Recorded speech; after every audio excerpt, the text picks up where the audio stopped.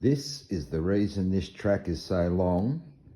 When I bought my first digital slot car track about nearly 2 years ago, the gentleman that had it had this 415 bank curve, but it didn't have the shoulders on it when I got it. But because that came with the first kit, when I put it out on the floor inside the house, with this bank corner,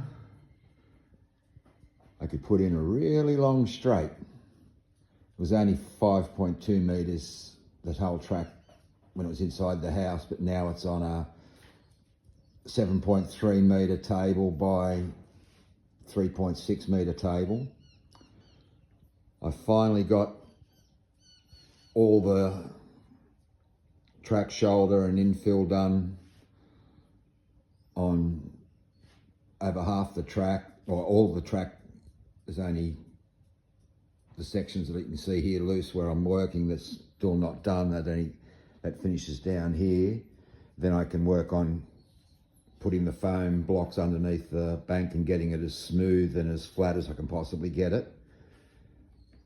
But the rest of the track, it's 205 feet long. And it started from just buying one kit, and then I saw a marketplace of people that had another digital 132 set and a analog 132 set. The first set I bought was a 124th set, so that's why it had the big bank corner and came with a lot of edging and stuff. But when I finally got the track to the length that I had, when I worked out how much I was going to spend on just the shoulders alone to have the track the size that I've always wanted to have, it was just too expensive. So I bought some 9mm MDF and cut all the pieces. Some pieces are single individual pieces, like all the corner bits, but along the straights, I used the full length of wood or whatever full length I could use and fit in. And then some of the corners, like all the track that I originally had the full edging, fold shoulders inside and out. But then I thought, there's sections like the straight sections and the inside of corners that don't need to be the full width shoulder, because there's no way the cars are ever going to even touch that bit of wood. So in the corners where I needed it wider on the outside, I put little pieces in like that piece there to give me go from this width out to this width. And then the same when you come around the corner and you straighten out, there's only a little bit of wider section needed. So especially on the overpass where I didn't want to have, I wanted to have as much of the track visible that you could possibly see.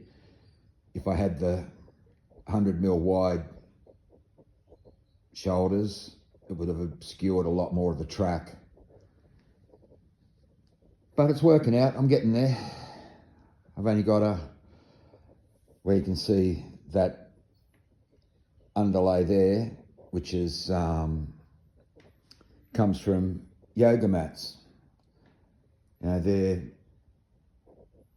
5mm thick, and they're 1.7 metres long by, I think it's 400 wide, which is plenty wide enough. And I bought them from Target and they were $5 each. So I bought, all up I've bought 20. So that's $100 for all the underlay to go underneath all of this track, 205 feet of it. And I'll probably end up with 4 left over that I won't be using. But we are moving house shortly in the next 6 months. So when I dismantle the track for moving, I'll use up the full sheets instead of in places where I've only got like little bits of off cut stuck down. But it's all getting there. Anyway, time to put the music back on and continue screwing down this track, or screwing down the shoulders anyway, and then I can start doing the crash barriers. I've done all of the track that's down on the table, the base level. It's all got the shoulders on it, and I'm up to this section here. I've got to do the inside of this section here, and then it comes up onto the raised section and then goes up onto the overpass.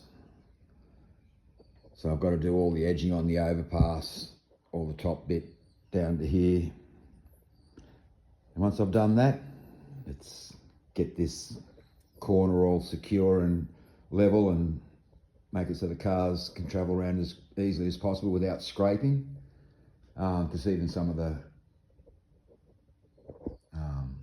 132s and the 124th cars actually scrape the diffuser on the back as they come around this corner, so I'm going to try and bank it so that it doesn't do that. Anyway, that's it for now. Back to it later. Bye.